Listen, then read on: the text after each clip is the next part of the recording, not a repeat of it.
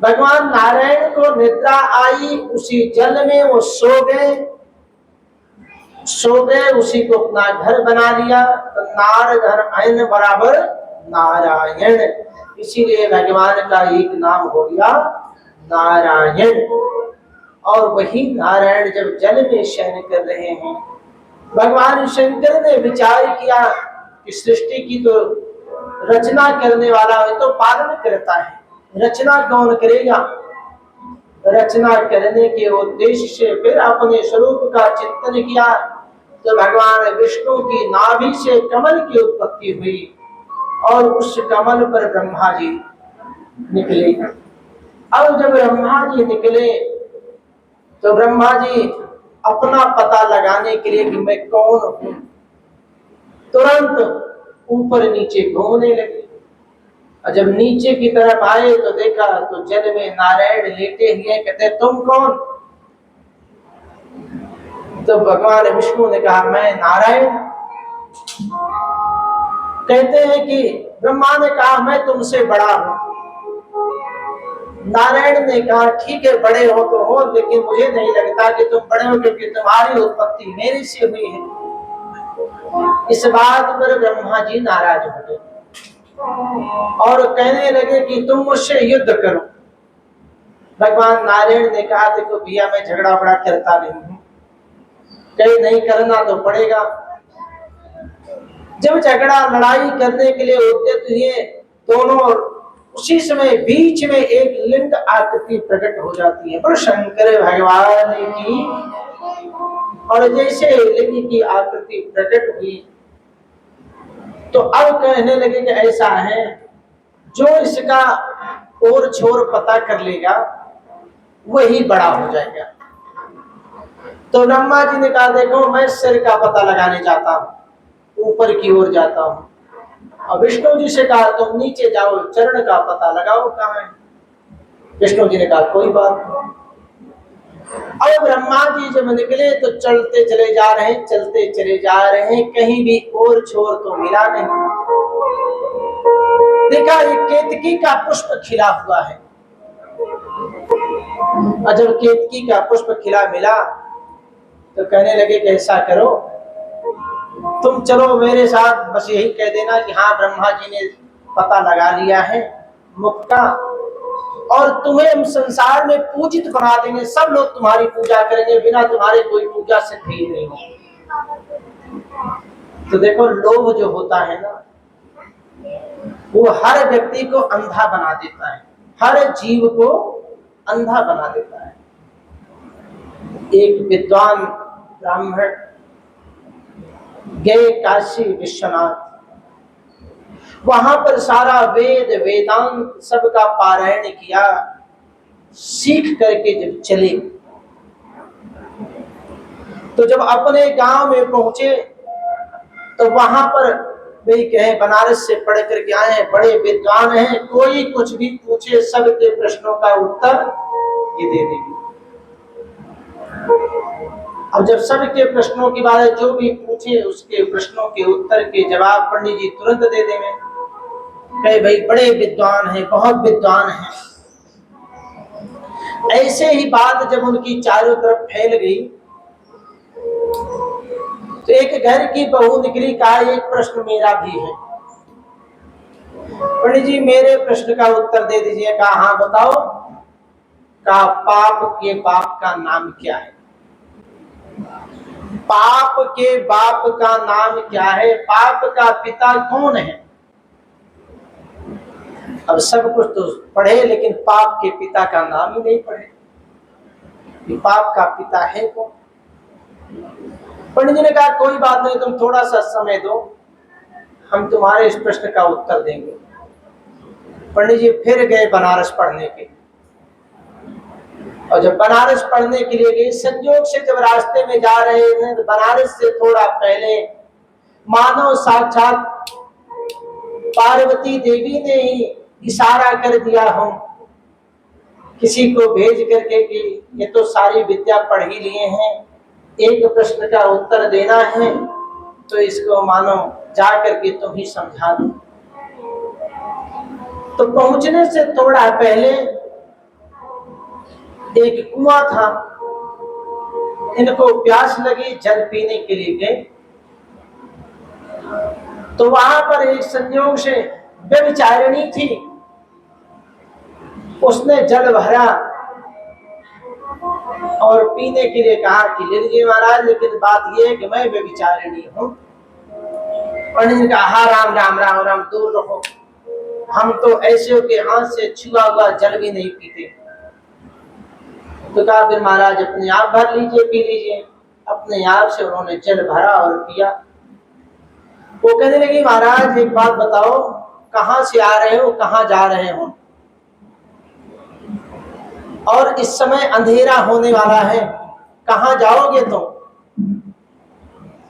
तो पंडित जी कहने लगे हम काशी पढ़ने के लिए दोबारा जा रहे हैं। एक बार पढ़ करके तो गए, लेकिन हम दोबारा काशी पढ़ने के लिए जा रहे। क्यों? एक बार पढ़ाए तो क्या कमी रह गई? कहा एक बहू ने प्रश्न कर दिया है कि पाप के बाप का नाम क्या है।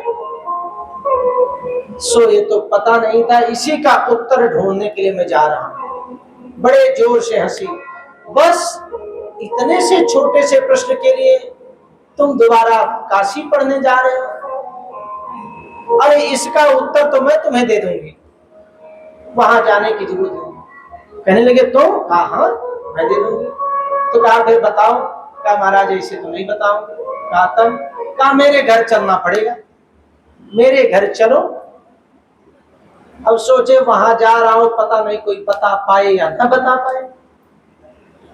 अब ये कह रही है जानती है तो ये बता देगी। जब गए संयोग से तो उसके घर में कोई तो था नहीं। पंडित जी ने कहा देखो राम राम सीताराम, ना तो हाथ का छुआ पानी पियेंगे, ना तो कुछ भोजन करेंगे, हम अपने हाथ से ही बनाएंगे तो पाएंगे।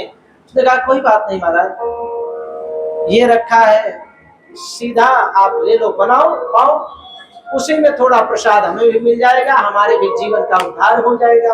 आप तपस्वी ब्राह्मण। जब वो पहले दिन बनाए खाए, आराम से रहे, दूसरे दिन कहे बताओ। कहा महाराज इसको जानने के लिए तो भी आपको 2 दिन और रुकना पड़ेगा।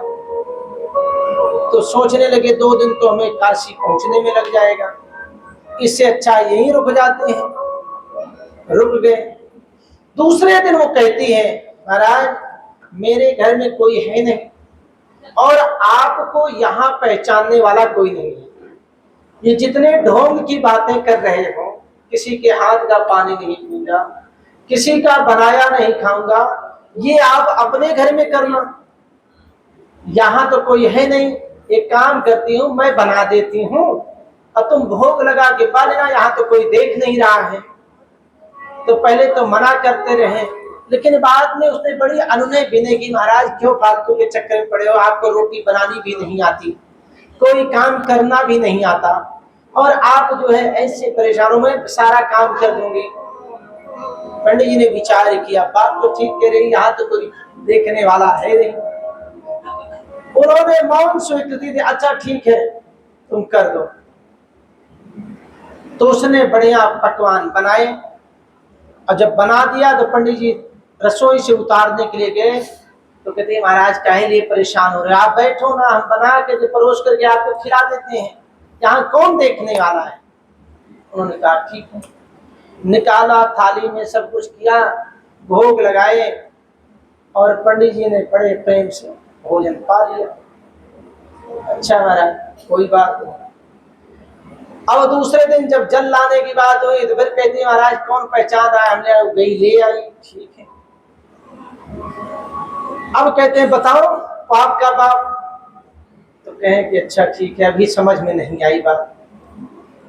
उसने कहा महाराज मेरा एक निवेदन है, मैं आपसे ब्याह करना चाहती हूँ, ब्याह कर लो तो मैं आपको ये बता दूंगी। पंडित राम राम सीताराम, क्या बात करती हो, हमारे बच्चे हैं, परिवार। महाराज यहाँ कौन है, कोई नहीं जानता आपको, केवल मैं ही तो हूं, किसी को पता भी नहीं चलेगा, हम दोनों शादी कर लेते हैं। उन्होंने विचार किया, शादी के लिए तैयार हो गए। कहते हैं कि अब कहते महाराज मेरी एक शर्त और है। कहा वो क्या है? कहा मैं शादी उसी से करूंगी, अब मैं आपसे शादी करने के लिए तैयार हूं, लेकिन महाराज जो मदिरा पान आपको करना पड़ेगा, थोड़ा सा मदिरा पियो तो मैं करूंगी। राम राम सीताराम, क्या बात करती हो? यहाँ कौन देख रहा है? हम हैं और आप हैं।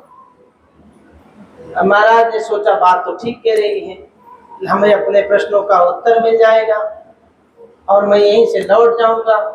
बस फिर क्या था, जैसे उसने भरोसा उन्होंने हाथ में उठाया, उसने जोर से एक थप्पड़ मारा खींच करके।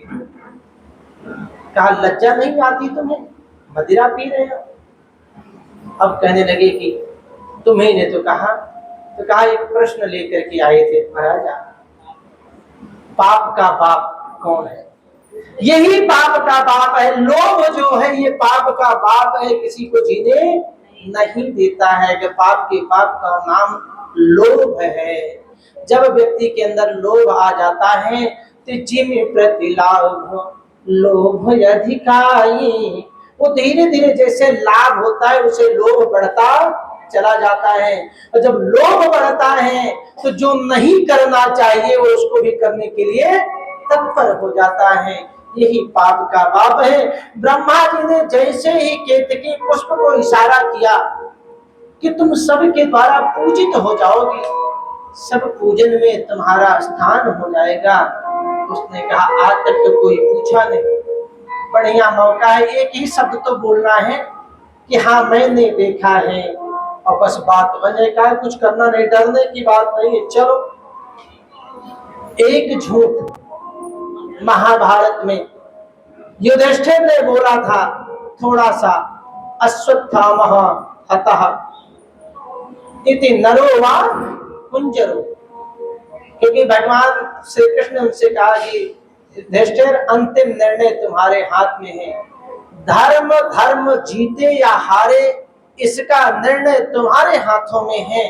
आज धर्म की जय होगी या धर्म की पराजय होगी, तुम्हारे एक शब्द से ये निर्णय हो जाएगा। युधिष्ठिर ने कहा चाहे आज पराजय हो जाए चाहे प्रलय आ जाए, मैं झूठ नहीं बोल सकता, मैं सत्य ही बोलूंगा। श्री कृष्ण भगवान कहते हैं कि देख लो युधिष्ठिर, ये सारा किया कराया आज निष्फल हो जाएगा केवल तुम्हारे इतना कहने से। युधिष्ठिर ने कहा हे केशव, कुछ भी हो जाए मैं अपने धर्म को नहीं छोड़ सकता। ऐसे ऐसे महान विभूतियां हुई हैं, उनका सर्वस्व चला गया। चंद्र टरे सूरज टरे, टरे जगत व्यवहार, पर दृढ़ प्रतिज्ञा राजा सत्यवादी हरिश्चंद्र की टरे न सत्य विचार। ऐसे ऐसे के सब कुछ चला गया, लेकिन झूठ बोलने के लिए तत्पर नहीं है। शास्त्र ये कहता है कि कुछ स्थान ऐसे बतलाए गए हैं जहां पर आप झूठ बोल सकते हो। एक तो बतलाया कि किसी कन्या का विवाह ना हो रहा हो, कन्या के विवाह में, लेकिन इसको कन्या के विवाह में आंटी के विवाह से मत जोड़ देना। कन्या का विवाह मतलब कन्या, और आजकल शादी तो कहने की रह गई, कन्या सब आंटियों की शादी हो रही है, समझ रहे? कन्या 8 वर्षे भवेत गौरी, 8 वर्ष की तक की आयु की गौरी की उपमा दी गई है, समझ रहे? तो इसलिए जो कन्या के विवाह में आप झूठ बोल सकते हैं, स्ववृत्ति, तुम्हारे वृत्ति का कोई हरण कर ले रहा हो और तुम्हें जो है निर्धन कर देना चाहता हो, वहां पर भी आप झूठ बोल सकते हो।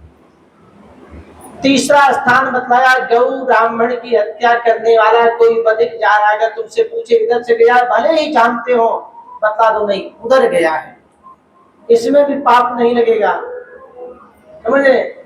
तो कहते हैं कि इन स्थानों पर आप झूठ बोल सकते। अपने प्राण घातक, आपको मारने के लिए कोई तत्पर हो जाए, वहां अगर झूठ बोलने से प्राण बच जाए तो बोल देना चाहिए, क्योंकि वसुदेव जी ने देवकी को बचाने के लिए उन्होंने कहा हे कंस, तुम इन सब के बीच में मारोगे तो तुम्हारा अपकार होगा, लोग कहेंगे स्त्री हत्यारा है, और तुम तो बड़े पुराने, मेरी बात पर विश्वास है या नहीं है विश्वास?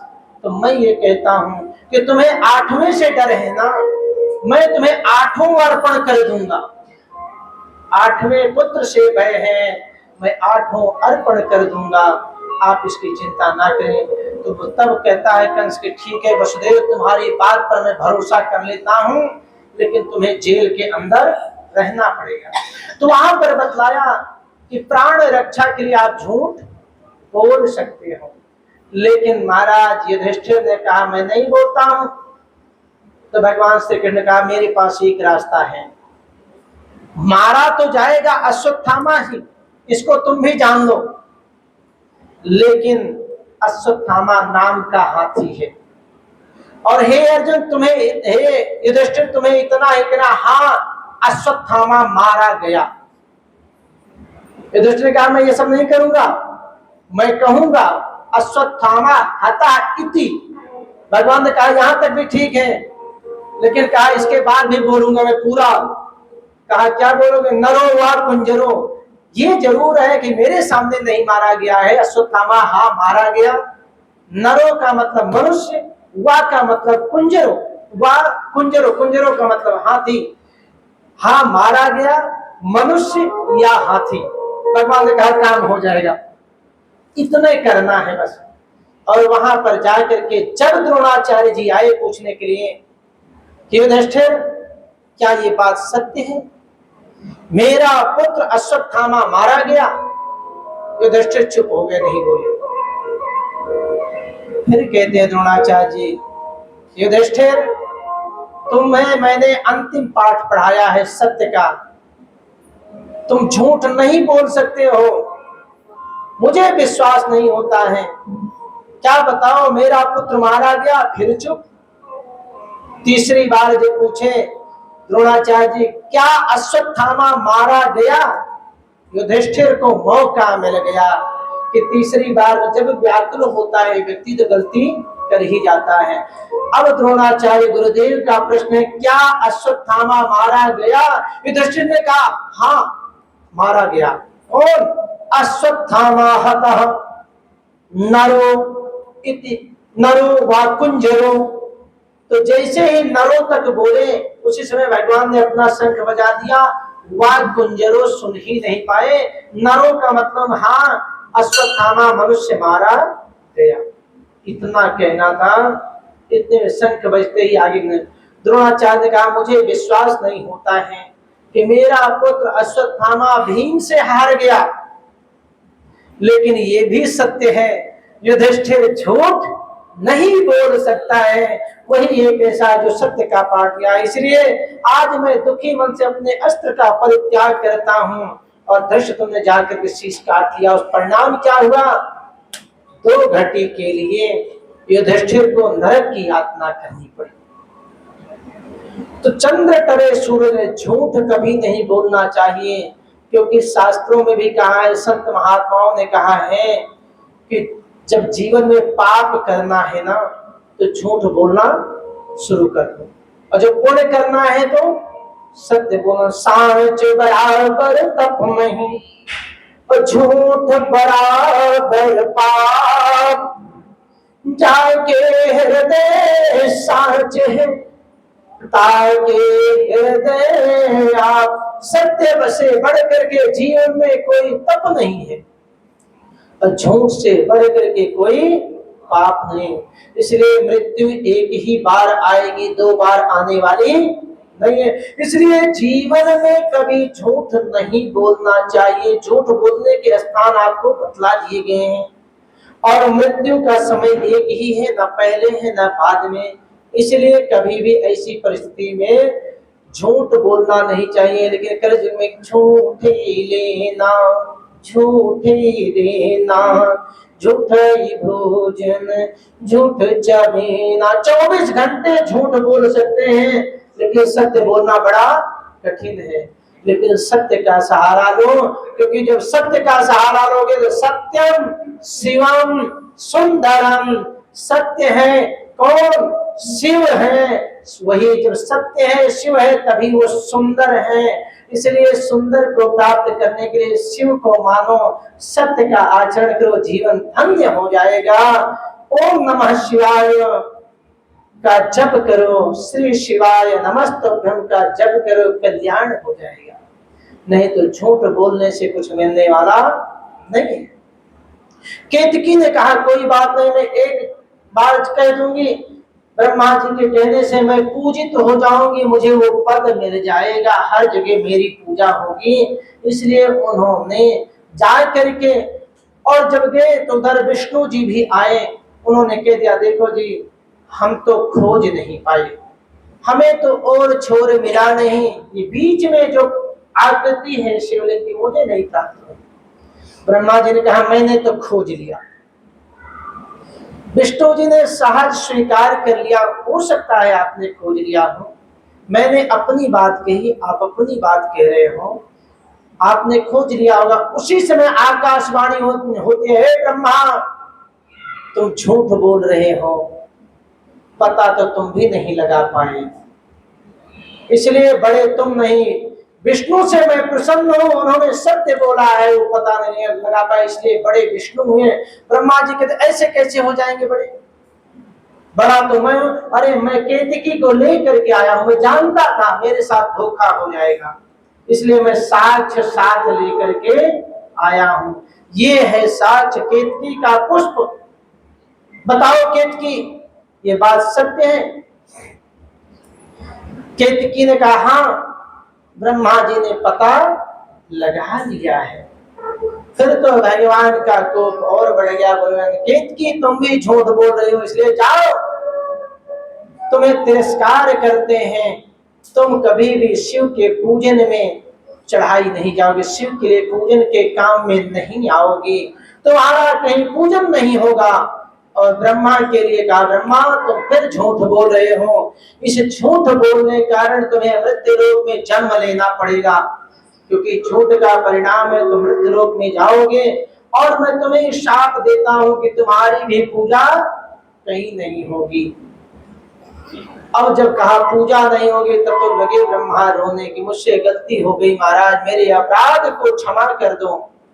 भगवान ने कहा ठीक है, अगर ऐसी बात है तो ब्रह्मा जी तुम जाकर के पृथ्वी पर यज्ञ करो, और बिना, जहां कहीं भी यज्ञ होगा, एक स्थान देता हूं कि बिना तुम्हारे यज्ञ नहीं होगा, लेकिन मंदिर में तुम्हारा स्थान नहीं होगा। तो ब्रह्मा जी का मंदिर पुष्कर में बना, पहला यज्ञ जाकर के वहां किया, और ब्रह्मदेव के रूप में स्थापित। बोले ब्रह्मदेव भगवान की, शंकर भगवान की। भोलेनाथ कहते देवी सुनो, ये जो काशी है ना, इसका पहले का नाम आनंद वन है, आनंद तट है, और आनंद वन का मतलब जहां हमेशा आनंद के साथ रहो, कभी कोई समस्या जीवन में नहीं आएगी, और काशी में मृत्यु के उपरांत सदगति मिल जाएगी, भगवान का परम धाम मिल जाएगा। भगवान भोलेनाथ बड़े कौतुकी हैं। एक दिन की बात है, कुबेर जी सोचे कि अब तो मैं धनवान हूँ, भगवान भोलेनाथ ने मुझे कुबेर बना दिया है, अब तो मुझसे बड़ा कोई नहीं, मेरे पास तो बहुत सारा धन है। तो कुबेर जी की इच्छा हुई कि चलो एक काम करते हैं, सभी देवों को बुला करके निमंत्रण खिला देते हैं, सबको खिलाते हैं तो सबके बीच में मेरी प्रतिष्ठा बढ़ जाएगी, और प्रतिष्ठा का भूखा हर व्यक्ति की जब प्रतिष्ठा बढ़ेगी तो सब जानेंगे कि हम धनवान हैं। तो कुबेर जी ने सबको निमंत्रण दिया, नारद जी को भी दिया, नारद जी आए। नारद जी ने पूछा किस किस को निमंत्रण दिया? कहा सबको दे आया। कहा भोलेनाथ को दिया? कहा नहीं, उन्हीं को नहीं दिया, बाकी सबको दे दिया। कहा जल्दी करो, जाओ भोलेनाथ को भी निमंत्रण दे आओ, नहीं तो नाराज हो जाएंगे। भोलेनाथ को निमंत्रण देने के लिए कुबेर जी के कहने लगे महाराज ऐसा है, हमने एक छोटा सा भोज रखा है, उसमें सभी को आमंत्रित किया है, तो आप भी उस भोज में पधारिए। भोलेनाथ कहे हमें क्यों परेशान करते हो, और ऐसा करो किसी ना किसी को अपने यहाँ से भेज दूंगा। हे महाराज ऐसा आए जो बड़े प्रेम से बैठ करके पाके, खूब अच्छे से खाए, और जितने अच्छे से खाएंगे उतना हमें संतुष्टि मिलेगी। तो कहने लगे महाराज जरूर, भगवान भोलेनाथ का ऐसा है, हम गणेश को भेज देंगे, मेरा पुत्र है गणेश चला। महाराज गणेश आएंगे कितना खाएंगे, साथ में आप भी आ जाना, माता जी को भी ले आना, और वो बड़े भैया खडानंद है उनको भी ले आना। भोलेनाथ कहने लगे ऐसा है, मैं गणेश को अकेले भेज दूंगा, तुम्हारी इच्छा पूरी हो जाएगी। महाराज देख लेना अच्छे से पानी, कोई कमी नहीं होनी चाहिए, क्योंकि इतने प्रकार का व्यंजन बनवाऊंगा महाराज, रसदार अनेकों तरह के व्यंजन होंगे। भोलेनाथ ने देखा, कहा अच्छा तुम्हारे मन में अहंकार आ गया है, ठीक है दे दूंगा, अच्छे से प्रसाद पाने वाले जाएंगे। गणेश जी को भेज दिया। अब जैसे निमंत्रण में टाइम दिया जाता है ना कि शाम को 7 बजे पहुंचना है, बारात का समय है, भोज का समय है, तो शाम का समय था 6 बजे का, गणेश जी निकल पड़े 2 बजे ही और 4 बजे पहुंच गए। तो तब तक सारे पकवान बन ही रहे थे, कुबेर जी व्यवस्था में लगे थे। इतने में जब गणेश जी पहुंचे तो कोई तो दिखाई नहीं दिया, बहुत सारे लोग वहां थे, कुबेर जी तो दिखे नहीं। उनकी धर्म पत्नी को बुलाया, माता सुनो जल्दी आओ, हाँ क्या है, मुझे बड़ी जोर की भूख लगी है, कुछ खिला दो, कुछ बना है? कहने अरे राम राम, अभी तो बन ही रहा है, ये भी ही आ गए। कहते अच्छा मैं जा रही देखने, चली गई, फिर अपने काम में बिजी हो गई, फिर बुलाया, अरे माता बड़ी जोर की भूख लगी, कुछ तो खिलाओ। तो जा करके कुबेर से कहती है, अरे एक आया हुआ है हाथी का सूंड लिए, कह रहा है भूख लगी है, उसको खाने के लिए दे दो, कुछ बना है? तो कहते हाँ बन तो गया है, बुलाओ। ऐसा है, कहते हैं कि जो आ गए हैं उनको बिठा के खिलाते चलो, बारिश का समय है, खा खा करके अपने अपने घर जल्दी चले जाएंगे, पता नहीं बाद में और बारिश होने लगे तो, इसलिए जो पहले आए उनको निपटाते चलो। गणेश जी को बिठा दिया, गणेश जी बैठ गए। 7 बजे का निमंत्रण सबको, 4 बजे बैठ गए खाने। अब खाने के लिए बैठे, ले आओ जी, लाओ जी, अब आने लगा। अब गणेश जी परात भर भर करके जो भी आए साफ करते जाए, लड्डू पूड़ी मेवा पकवान जो आए खाते चले जाए। एक कोठरी खाली हुई, 2 खाली हुई, 3 खाली हुई, 4 खाली हुई, कहे तो सब कुछ है ही नहीं। तुरंत जो है कुबेर की धर्म पत्नी कुबेर के पास पहुंची, अरे महाराज, वो तो कह रहा, और अरे तो खिला दो ना। क्या खिला दूंगी, 4 कोठरी खाली हो गई, कुछ भी ना। अब कुबेर को बोला, क्या कह रहे हो, जो और रिश्तेदार निमंत्रण में आएंगे उनको क्या मिलेगा, वो तो सब भूखे रह जाएंगे। अब कुबेर जी आकर के देखे तो सही सही 4 के 4 खाली। अब तो कहे और बनाओ, कोई बात नहीं, खिलाओ। और जब जितना बनता जाए, अब 7 बजे वाले जब आने लगे तभी एक से ही ना फुर्सत मिली। अब घबराए, क्या करे, अब तुरंत भगे कुबेर जी नारद जी के पास, आपके कहने से मैंने निमंत्रण दिया, नहीं मैं निमंत्रण ना देता, आपने ही मेरा घर जानबूझे खराब किया है, मेरी बेइज्जती करवा दिया, और सबको मैं क्या खिलाऊंगा। नारद जी ने कहा, अरे अगर ऐसी बात है, मैंने तो कहा था शिव जी को निमंत्रण देकर के आना, तुम किसको दे आए? तो कहते हैं मैंने शिव जी को ही दिया, लेकिन शिव जी ने ही इनको भेज दिया है। तो कहते हैं कुबेर तुम ऐसा करो, अगर अपनी इज्जत बचाना चाहते हो तो भगवान भोलेनाथ के पास भाग करके जाओ, वही कुछ कर सकते हैं, बाकी कोई करने वाला नहीं है। कुबेर जी, अब इधर रिश्तेदार सब आ रहे हैं, कुबेर जी भागे और जा करके भगवान भोले के चरणों में, अरे भोले बाबा मेरी रक्षा करो। क्या अरे महाराज, हमने तो कहा था कि ठीक खाने वाले भेजना, आपने तो इतना ठीक खाने वाला भेज दिया, सब साफ कर दिया, कुछ बचा ही नहीं। कह रहे और लाओ, कहां से लाऊं महाराज, मेरी इज्जत चली जाएगी। भोले बाबा हंसे, कहा कुबेर तुम्हें बड़ा अभिमान था कि तुम धनाधिपति हो, और आज तुम ऐसा व्यंजन बनवाओगे कि सब जो है तृप्त हो जाएंगे, तो मेरे पुत्र को ही तृप्त नहीं कर पाएंगे, और तुम सबको बुला रहे थे। कुबेर कहे महाराज गलती हो गई, लेकिन मुझे अब इस संकट से बचाओ।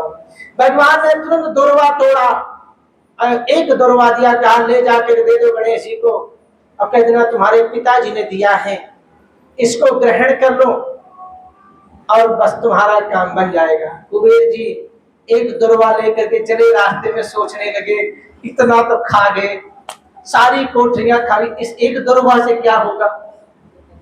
लेकिन भोले बाबा ने कहा एक दुर्वा दे देना, मैं इसमें कुछ बढ़ा देता हूँ। और दुर्वा इकट्ठा करके बाण उखाड़ उखाड़ के इकट्ठा कर लिया, ले करके गए। और जब ले करके गए तो गणेश जी के सामने पहुंचे, करें और लाओ खाने को, कहते ये भी ले लो, तुम्हारे पापा ने भेजा है, भोले बाबा ने भेजा है।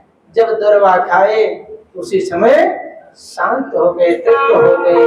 जो गणेश जी को एक दुर्वांकुर पत्र चढ़ाएगा उसकी सभी मनोकामनाएं पूर्ण हो जाती हैं, कभी भी उसके मन में कोई अशांति नहीं रहेगा और सब प्रकार से तृप्ति हो जाती है। कुबेर का खजाना फिर से भर गया, सारे कोठरे फिर से भर गए। ये गणेश जी का चमत्कार है। इसलिए पहली पूजा और हर पूजा में दुर्वांकुर दुर्वा जरूर चढ़ाते हैं, बिना दुर्वा के गणेश जी की पूजा नहीं होती है। जैसे भगवान नारायण की पूजा के लिए तुलसी पत्र चाहिए, भगवान शंकर की पूजा के लिए बेल पत्र चाहिए, वैसे गणेश जी की पूजा के लिए दुर्वांकुर चाहिए। जब तक दुर्वा नहीं तब तक गणेश जी का भोग नहीं, और जब तक गणेश जी का भोग नहीं तो गणेश जी की पत्नी रिद्धि और सिद्धि। जब पति नहीं प्रसन्न होगा तो पत्नी प्रसन्न होने वाली नहीं है, पत्नी नहीं प्रसन्न हुई तो बच्चे उनके और प्रसन्न होने वाले नहीं है। इसलिए गणेश जी प्रसन्न तो उनकी पत्नी रिद्धि सिद्धि प्रसन्न, और जब रिद्धि सिद्धि प्रसन्न तो उनके बच्चे खेलने लगे, शुभ लाभ प्रसन्न, और जब शुभ लाभ प्रसन्न हो गए तो फिर तो सारे के सारे प्रसन्न हो गए। क्योंकि भौतिक सुख के लिए इन्हीं चारों चीजों की आवश्यकता पड़ती है, रिद्धि और सिद्धि हो, घर में सुख शांति हो और सिद्धि को प्राप्त होता रहे, शुभ कार्य होता रहे, लाभ के साथ हो। तो इन सब की चारों की उत्पत्ति तभी होगी जब गणेश का पूजन होगा, और गणेश जी प्रसन्न तो सब शंकर भगवान की, बोलिए भगवान की जय। नमः पार्वती पते हर हर महादेव। आज समय का बड़ा ख्याल रखना है, इसलिए यहीं पर वाणी को विराम होगा एक भजन के माध्यम से। प्रभु जी मानो ना मानो अपना मान बैठे हैं, प्रभु जी मानो ना मानो अपना मान बैठे हैं, अपना मान बैठे हैं, अपना मान प्रभु जी मानो ना मानो अपना मान बैठे हैं, प्रभु जी मानो